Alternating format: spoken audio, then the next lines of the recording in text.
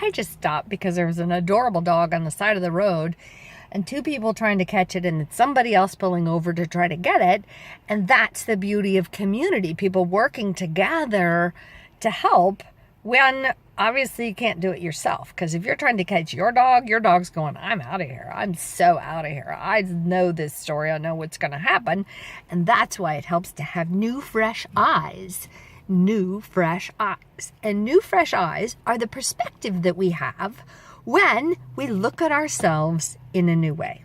Because we can't see ourselves. Did you know that you cannot see yourself?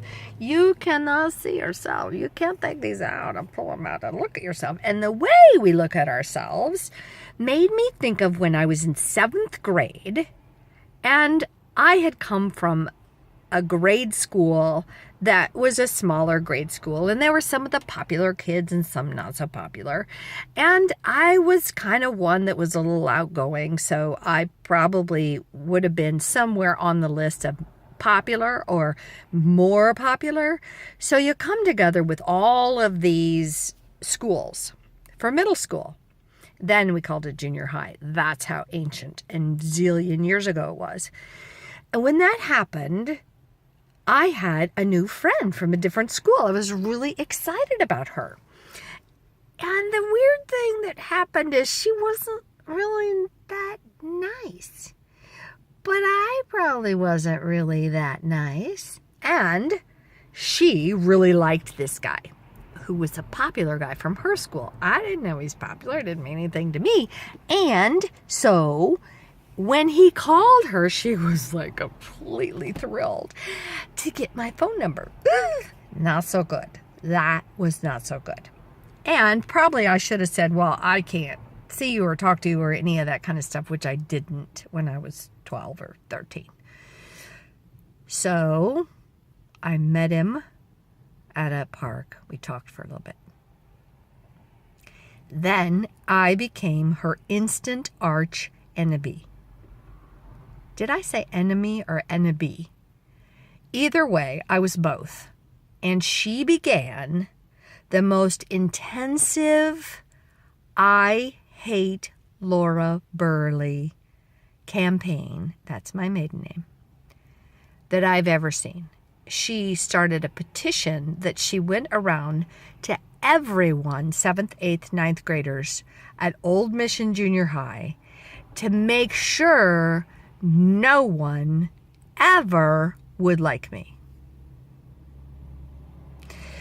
She told people I was a bee and I was a slut and I was all kinds of stuff. I didn't know what a slut was. I had to have somebody explain that to me. And it was the most miserable time of my life. Why? Because when people are trying to take you out and they do it with a vim and vigor, sometimes they can be successful. I had a guy come up and actually spit in my face that I didn't really know. And I would walk through the hallways and people would go, oh, there she is.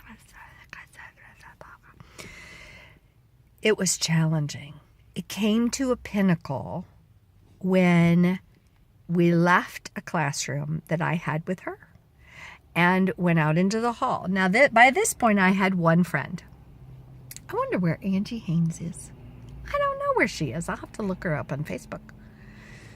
One friend. And I went out in the hall, and this person came up and said, oh, well, hey, yeah, I heard you be called so-and-so a bitch. And I was like, I don't even know who that is. I don't know who it is. And she just kept taunting. Oh, yeah, I heard you bitch. I'm like, I don't even really know what a bitch is. I was in 7th grade. I was like 4'10", and I weighed probably about 90 pounds. You know, I think when I graduated high school, I weighed 98. So I probably weighed 80-something pounds. I don't know, but I was a little teeny tiny and probably not as loving and thoughtful and friendly and kind as I could be now that I look back on it. So Long story short, she got people to go, hey, da, da, da, da, da. And she rallied. She's like, oh, hey, haven't you heard Laura call so-and-so bitch? And he's like, oh, yeah, I have. And that went on until there was a crowd of people. And before I knew it, this individual that she had set up just went and hit me in the side of the head. Probably this side. I don't even remember. She was probably right-handed.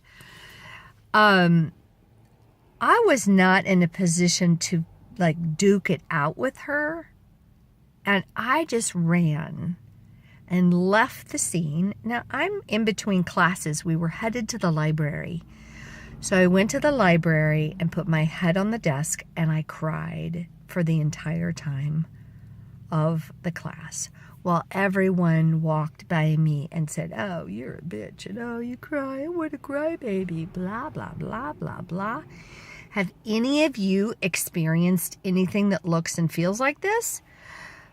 Oh my gosh, it is not my favorite.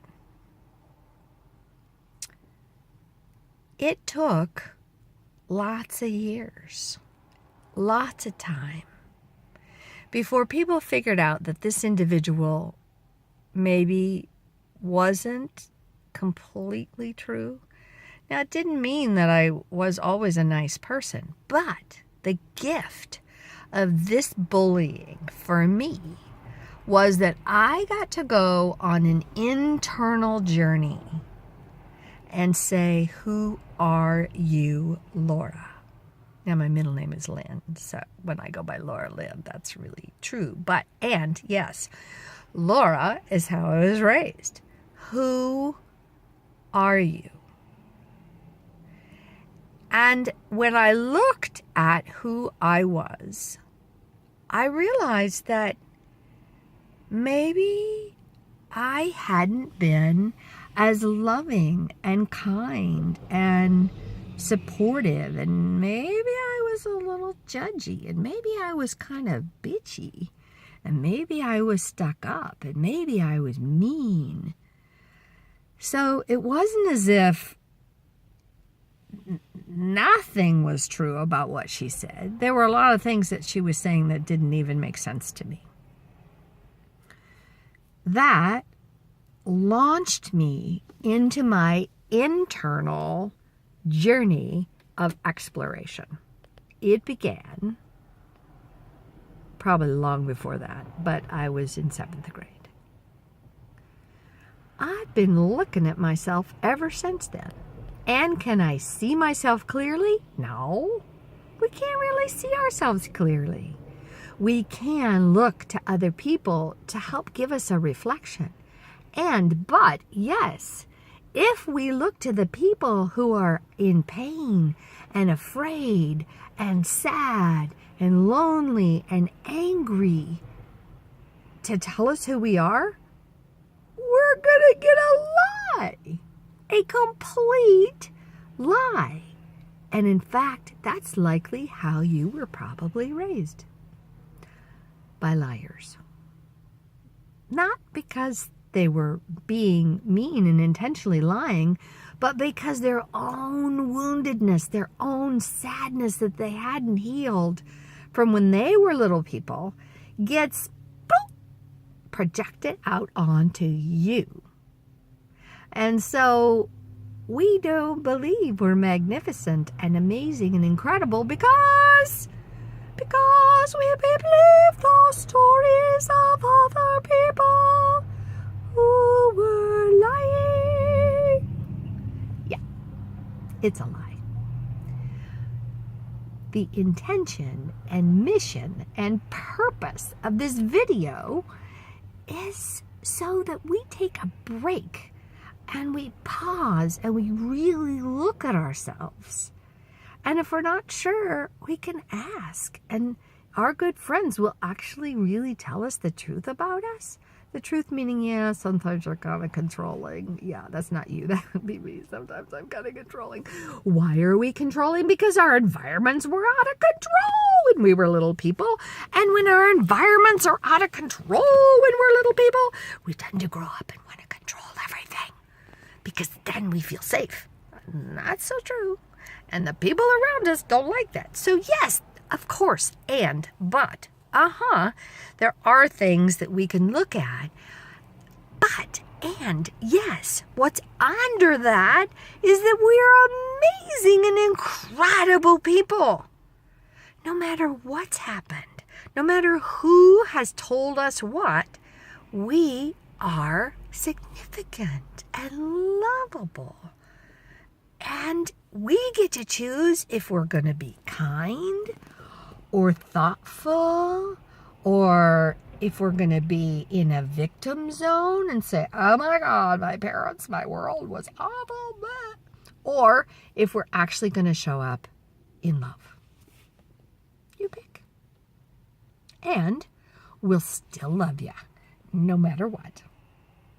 Laura Lynn Dyer, Treehouse Wise Woman, coming to you from the side of the road somewhere in St. Louis. Bye for now.